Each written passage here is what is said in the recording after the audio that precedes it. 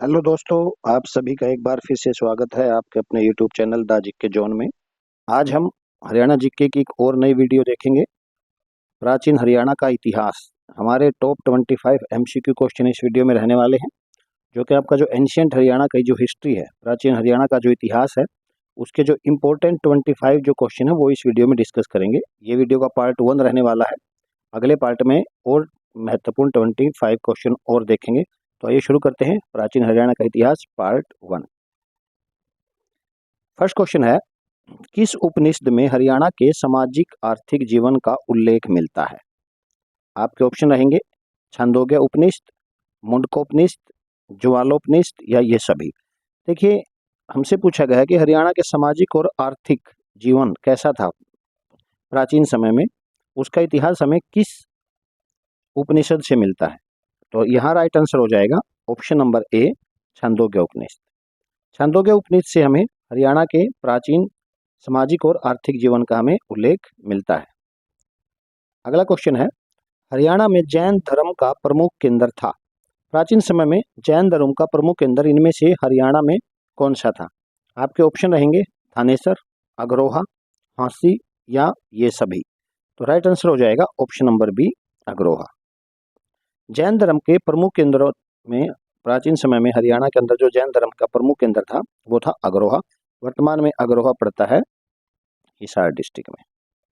चलिए अगला क्वेश्चन है, वामन पुराण के अनुसार हरियाणा में प्रवाहित होने वाली कुल नदियों की संख्या कितनी थी? देखिए, वामन पुराण के अंदर हरियाणा के वन और नदियों के बारे में हमें बताया गया है। वनों के बारे में और हरियाणा की जो नदियां थी उस समय, उनके बारे में हमें वामन पुराण से जानकारी मिलती है। हमसे पूछा गया कि इस वामन पुराण के अनुसार हरियाणा में प्रवाहित होने वाली कुल नदियों की संख्या कितनी थी। ऑप्शन है 5, 7, 9 या 11। राइट आंसर है ऑप्शन नंबर सी, 9। देखिए, वामन पुराण के अनुसार हरियाणा में जो नदियों की जो संख्या बताई गई है वो कितनी है? 9। यानी कि हरियाणा में वामन पुराण के अनुसार 9 नदियां जो हैं वो बहती थी। वामन पुराण से हमें हरियाणा के वनों के बारे में और नदियों के बारे में जो जानकारी है वो एकत्रित होती है। अगर मैं वनों की बात करूं तो वन कितने थे? तो वन रहेंगे 7। याद रखना, वामन पुराण के अनुसार वन 7 और नदियां 9, जिसके बारे में हमें जानकारी मिलती है। अगला है, हरियाणा का सबसे प्राचीन अभिलेख कौन सा है? ऑप्शन रहेंगे टोपरा अभिलेख, रोपड़ अभिलेख, बनावली अभिलेख या पेहवा अभिलेख।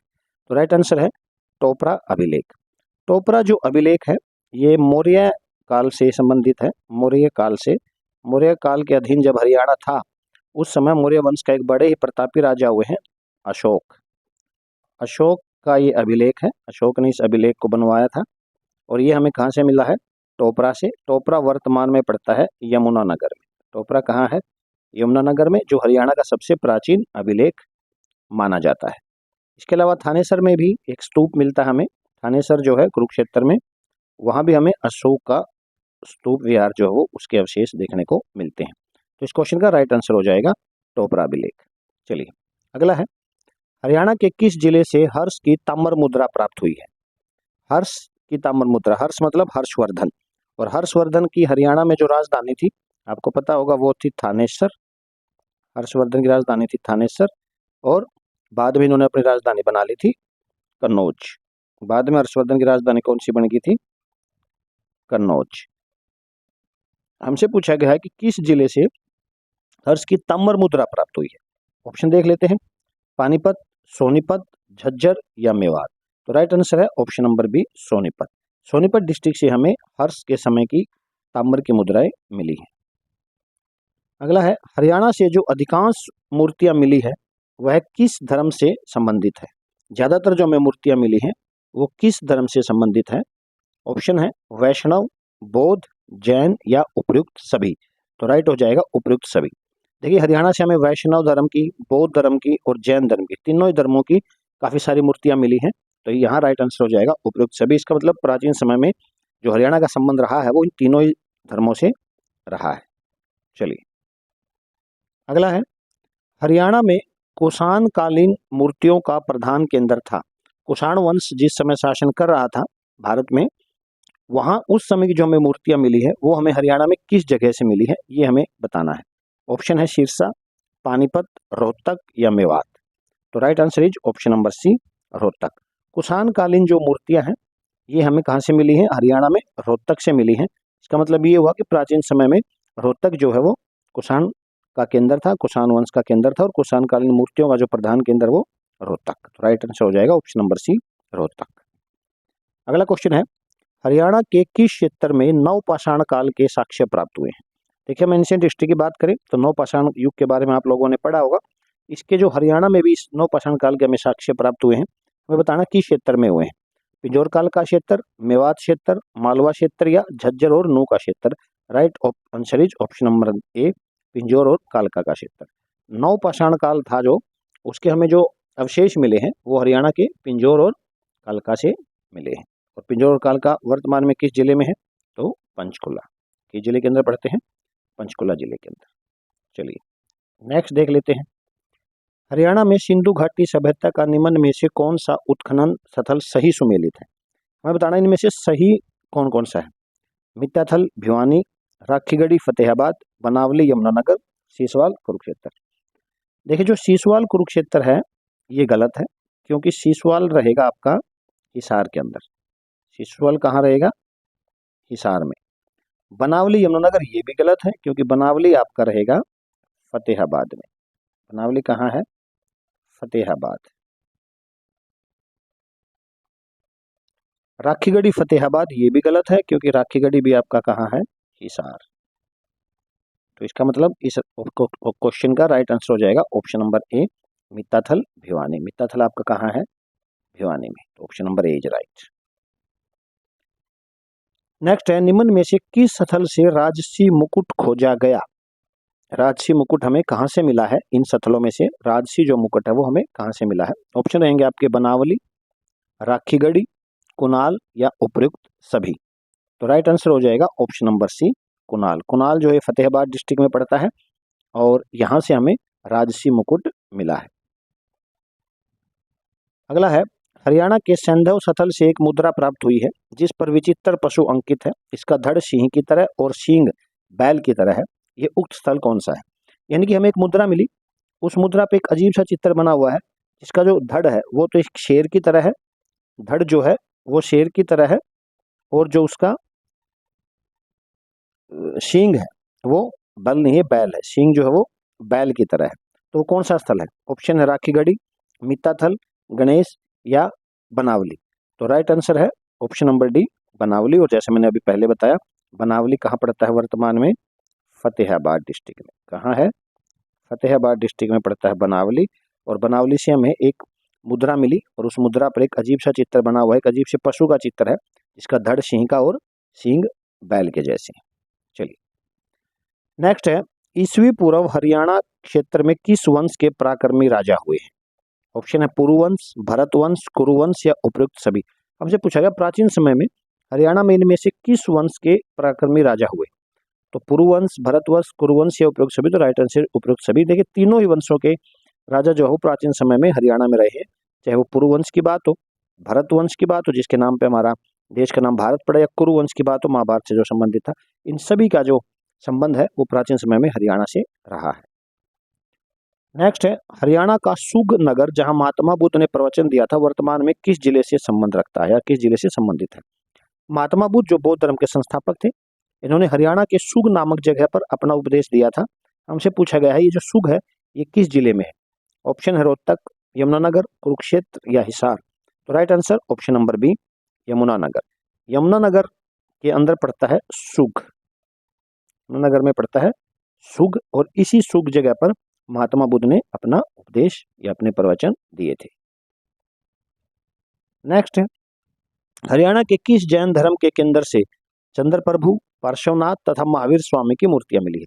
देखिए, ये तीनों के तीनों जो नाम है, चाहे चंद्र प्रभु है, पार्श्वनाथ है, महावीर स्वामी है, ये जैन धर्म से संबंध रखते हैं। पता ही होगा आप लोगों को सभी को, जैन धर्म से संबंध रखते हैं। हमसे पूछा गया है कि हरियाणा के किस जैन धर्म के केंद्र से इन तीनों की जो मूर्तियां हैं वो हमें प्राप्त हुई है। तो आपका ऑप्शन देख लेते हैं, जींद, सिरसा, पिंजौर और रोहतक। तो राइट आंसर हो जाएगा option number C, Pinjore. Pinjore से हमें जैन धर्म से संबंधित चंद्र प्रभु, पार्श्वनाथ और महावीर स्वामी की मूर्तियां मिली हैं। तो राइट आंसर इज पिंजौर, और पिंजौर आप जानते हो कहाँ है, पंचकुला। ठीक है, चलिए दोस्तों आगे बढ़ते हैं। बाणभट्ट ने प्राचीन काल में हरियाणा राज्य को किस नाम से संबोधित किया है? ऑप्शन है, देखिए बाणभट्ट जो है आप भली भांति जानते होंगे, बाणभट्ट जो है वो वर्धन वंश का बड़े ही प्रतापी शासक हुए हैं, हर्षवर्धन। हर्षवर्धन बड़े ही प्रतापी राजा हुए हैं। इस हर्षवर्धन के दरबारी कवि और इसके दोस्त भी थे, वो थे बाणभट्ट। बाणभट्ट का जो ग्रंथ था हर्षचरित, उसके अनुसार उसमें भी हरियाणा राज्य का जिक्र है, और हमसे पूछा गया है कि हरियाणा राज्य को उसने किस नाम से संबोधित किया है, या हरियाणा राज्य को किस नाम से उसने जाना है। ऑप्शन है अभिरियाणा, भरमणा, श्रीकंठ जनपद या हरिमाला। तो राइट आंसर इज श्रीकंठ जनपद। श्रीकंठ जनपद बाणभट्ट के अनुसार, या बाणभट्ट ने हरियाणा को श्रीकंठ जनपद के नाम से संबोधित किया है। वैसे श्रीकंठ जनपद जो है वो कुरुक्षेत्र का नाम भी है, पूरा कुरुक्षेत्र। ठीक है, चलिए अगला है, राजस्थान के बिजोलिया में स्थित शिलालेख में हरियाणा को कहा गया है। राजस्थान से के बिजोलिया नामक जगह से एक अभिलेख प्राप्त हुआ है, और उसमें हरियाणा का जिक्र है। हमसे पूछा गया है कि उसमें हरियाणा का जिक्र किस नाम से है। ऑप्शन है हरितानक, हरिक्षेत्र, हरिबानक या Hariyala. Right answer is option number A, Haritanak. Rajasthan से जो बिजोलिया अभिलेख मिला है या शिलालेख मिला है, उसमें हरियाणा को किस नाम से जाना गया है, तो याद रखिएगा हरितानक के नाम से जाना गया है। महाजनपद कुरु के विस्तार क्षेत्र में कौन सा क्षेत्र शामिल था? देखिए टोटल जो महाजनपद हुए हैं वो हुए हैं 16। कितने महाजनपद हैं थे? तो 16 महाजनपद थे। उन्हीं 16 महाजनपदों में से एक था कुरु महाजनपद। कौन सा था? कुरु महाजनपद। और कुरु महाजनपद की जो राजधानी थी वो थी हस्तिनापुर। सबको पता होगा आप लोगों को, कुरु महाजनपद की जो राजधानी थी वो कौन सी थी? हस्तिनापुर थी। अब इसका जो विस्तार था, मतलब कुरु जो महाजनपद था, इसका जो विस्तार क्षेत्र था उसमें हरियाणा या इनमें से कौन कौन सा जो भाग है वो शामिल था? तो हरियाणा बिल्कुल सही है, शामिल था। दिल्ली भी शामिल था और मेरठ भी शामिल था। तो राइट आंसर हो जाएगा उपयुक्त सभी। उपयुक्त सभी इज द राइट आंसर। कुरु महाजनपद का जो विस्तार क्षेत्र में हरियाणा भी आता था, दिल्ली भी आता था और मेरठ भी आता था। चलिए नेक्स्ट है, निम्न में से हरियाणा के किस गणराज्य का उल्लेख महाभारत के द्रोण पर्व में मिला है? देखिए हरियाणा के अंदर कुछ गणराज्य रहे हैं, 4 गणराज्य थे। अगर गणराज्य, कुणिंद गणराज्य, अर्जुनायन गणराज्य और योधे गणराज्य। इनमें से किसी एक गणराज्य का जिक्र महाभारत के द्रोण पर्व से हमें मिलता है। हमें बताना है वो कौन सा गणराज्य है। ऑप्शन है अगर गणराज्य, कुणिंद गणराज्य, अर्जुनायन गणराज्य या योधे गणराज्य।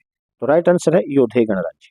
योधे गणराज्य का जो जिक्र है या वो महाभारत के द्रोण पर्व से मिलता है। योधे योधे के बारे में, अर्जुनायन के बारे में, कुणिंद और अगर के बारे में आप लोगों ने प्राचीन इतिहास में पढ़ा होगा। तो राइट आंसर इज योधे गणराज्य। हरियाणा में वर्धन वंश का संस्थापक कौन था? पुष्यभूति, आदित्यवर्धन, हर्षवर्धन या राज्यवर्धन। तो राइट आंसर इज पुष्यभूति। इन्हीं के नाम पर वर्धन वंश को पुष्यभूति वंश के नाम से भी जाना जाता है। कई जगह आप वर्धन वंश को पुष्यभूति वंश के नाम से भी लिखा देखेंगे।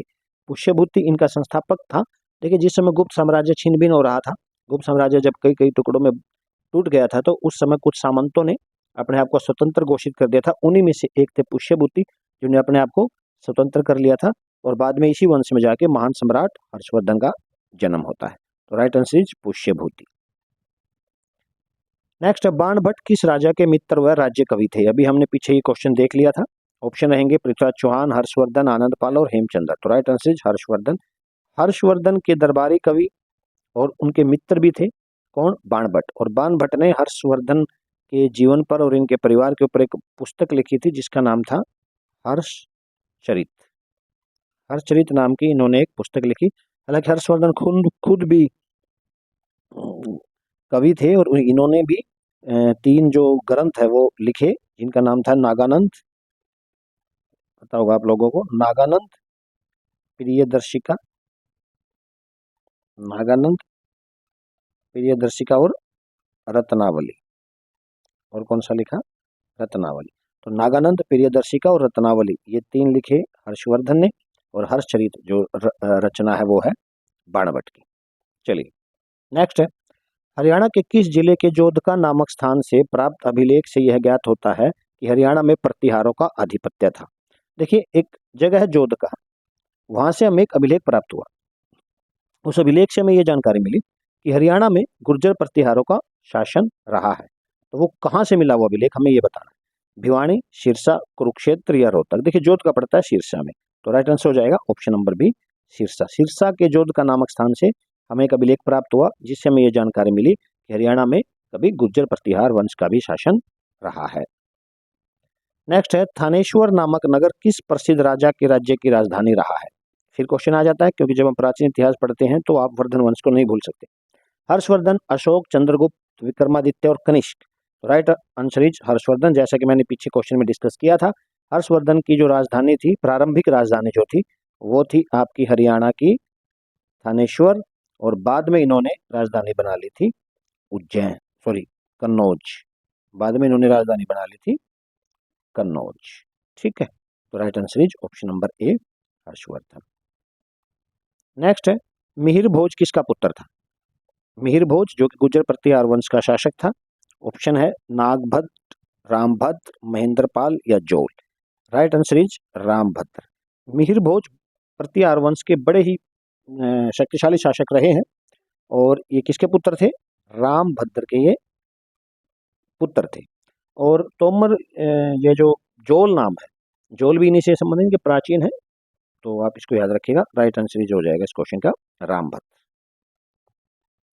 नेक्स्ट है, मिहिर भोज के शासनकाल में कौन सा स्थान उत्तरी भारत का व्यापारिक केंद्र था।